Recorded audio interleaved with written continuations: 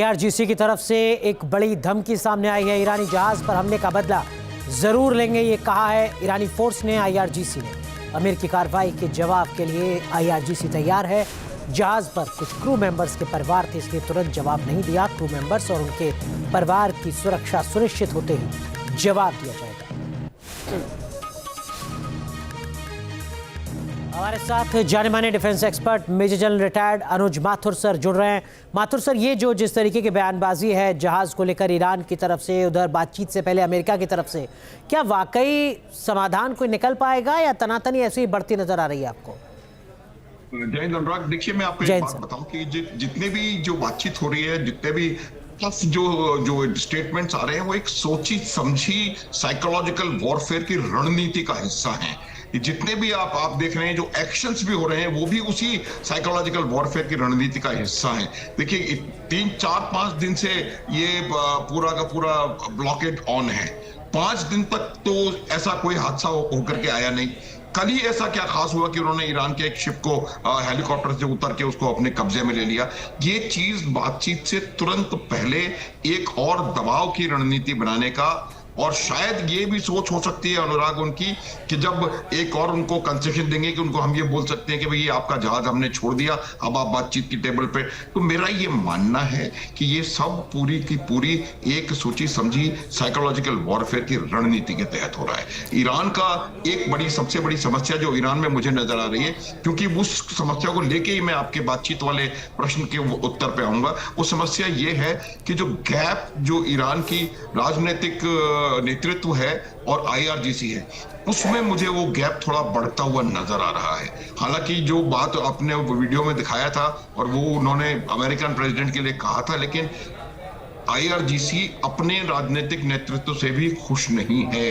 अगर आप रिकलेक्ट करें तो उन्होंने कहा था कि जिस खामनेई को हमने अभी तक सुपुर्दे खाक नहीं किया, उसके हत्यारे से आप जाकर के हाथ मिला रहे हो। तो ये तमाम चीजें जो हैं वो इस बात को बताती हैं कि उनके बीच में गैप बढ़ रहा है। और यही वजह है कि जो कुछ एक्शंस IRGC के ऐसे हुए हैं जो कि उनके जो पॉलिटिकल लीडरशिप की डिसीजन मेकिंग है उसके साथ मेल नहीं खाते हैं। भारतीय जहाजों पर हमला, फ्रेंच और ब्रिटिश कॉमर्शियल शिपिंग पर गोलीबारी, तो ये चीजें जो दिखाई दे रही हैं वो थोड़ी सी डिफरेंट हैं, और इसी वजह से तो इसका असर बातचीत पे भी हो सकता है। पहली बात तो कौन जाएगा बातचीत में, वो भी शायद उसके ऊपर प्रभाव IRGC डालने का कोशिश करे। तो आप कह रहे हैं कि ये जो गैप है इसका ज्यादा असर नजर आ रहा है बातचीत से पहले। बहुत बहुत शुक्रिया सर जुड़ने के लिए हमारे साथ। लेकिन आगे बढ़ते हैं। आपने एक कहावत जरूर सुनी होगी, देखन में छोटे लगे घाव करें गंभीर।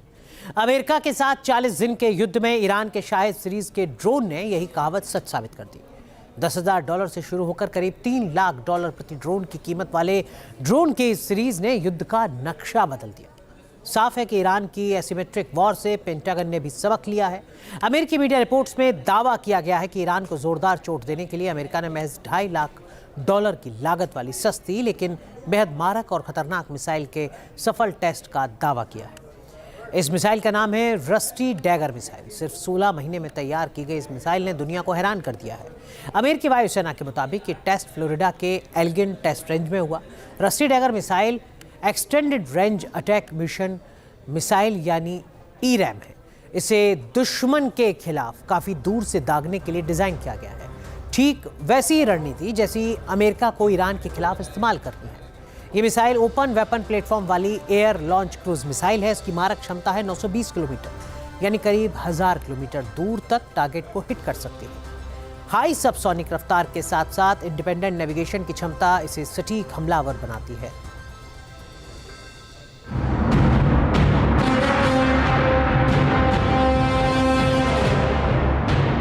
हॉर्मुज खामोश है। समंदर के इस संकरे गलियारे में न कार्गो शिप के इंजन का शोर गूंज रहा है और न ही ऑयल टैंकर्स के सायरन बज रहे हैं। ये खामोशी किसी अनहोनी की है। ईरान के खिलाफ अमेरिका के दोबारा हमले की आशंका की है। ईरान समेत पूरे अरब वर्ल्ड और दुनिया को इस बात का इंतजार है कि ट्रंप का अगला कदम क्या होगा, क्योंकि 22 अप्रैल को सीज फायर खत्म हो रहा है। सवाल है कि क्या ईरान के खिलाफ अमेरिका स्थायी युद्ध विराम का ऐलान करेगा या दुनिया एक बार फिर भीषण जंग की गवाह बनेगी। क्या अमेरिका ईरान की कमर तोड़ने के लिए उसके एनर्जी इंफ्रास्ट्रक्चर पर हमला करेगा? ईरान में मौजूद पुल और थर्मल पावर स्टेशन को उड़ा देगा? ईरान की एटमी फैसिलिटीज को मटिया मेज कर देगा? ट्रंप के इस पोस्ट में शांति वार्ता के अगले दौर के लिए टीम भेजने की भी बात शामिल है। अमेरिकी राष्ट्रपति का दावा है कि यही वो वक्त है जब ईरान में 47 साल से जारी किलिंग मशीन के खात्मे का वक्त आ चुका है। तो क्या ट्रंप ईरान पर ग्राउंड ऑपरेशन को हरी झंडी देने वाले हैं? अगर डील नहीं हुई तो क्या ट्रंप शिया देश पर भीषण हमले को मंजूरी देने वाले हैं? Would you be willing to extend the ceasefire, or will the fighting resume, Mr. President? I would say the fighting. If there's no deal, fighting resume. क्या ट्रंप शिया रिजीम को हमेशा के लिए खत्म करने के लिए न्यूक्लियर हथियारों का भी इस्तेमाल कर सकते हैं? If you don't have a deal by Wednesday when the ceasefire ends, will you extend the ceasefire, or will I you don't know. start Maybe after the not. attacks again? Maybe I won't extend it. Okay. But the blockade is going to remain. Well, you're gonna start. But maybe I won't extend it. So you have a blockade, and unfortunately, we'll have to start dropping bombs again. Thank you very much, everybody. Thank you. I think it's going to happen. America और Iran के बीच जारी बातचीत में कई मुद्दों पर अभी तक एक राय नहीं बन पाई है। अमेरिका ने हॉर्मुज ब्लॉकेड को मुद्दा बना लिया है।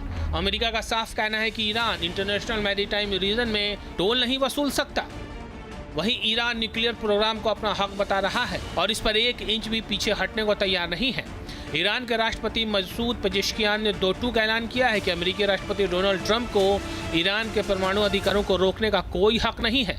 पेजेश्कियान के मुताबिक ट्रंप कहते हैं कि ईरान अपने परमाणु अधिकारों का इस्तेमाल नहीं कर सकता, लेकिन ये नहीं बताते कि किस जुर्म में वो कौन होते हैं किसी देश को उसके अधिकारों से वंचित करने वाले। ईरान युद्ध नहीं चाहता है, सिर्फ आत्मरक्षा में कदम उठा रहा है। अमेरिका और इजराइल ईरान के नागरिक ढांचे को निशाना बना रहे हैं और अंतर्राष्ट्रीय कानून का उल्लंघन कर रहे हैं। साफ है कि दूसरे दौर की बातचीत से ऐन पहले दोनों पक्षों में तकरार बढ़ती जा रही है और डर है कि कहीं ये तनातनी एटमी युद्ध तक न पहुंच जाए। Team news nation.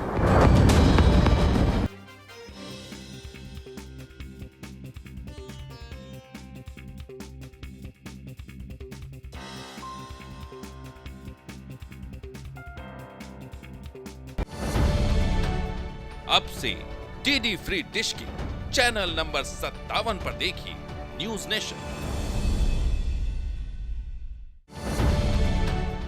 अब से डीडी फ्री डिश की चैनल नंबर 57 पर देखिए न्यूज नेशन। अब से डीडी फ्री डिश की चैनल नंबर 57 पर देखिए न्यूज नेशन। अब से डीडी फ्री डिश की चैनल नंबर 57 पर देखिए न्यूज नेशन।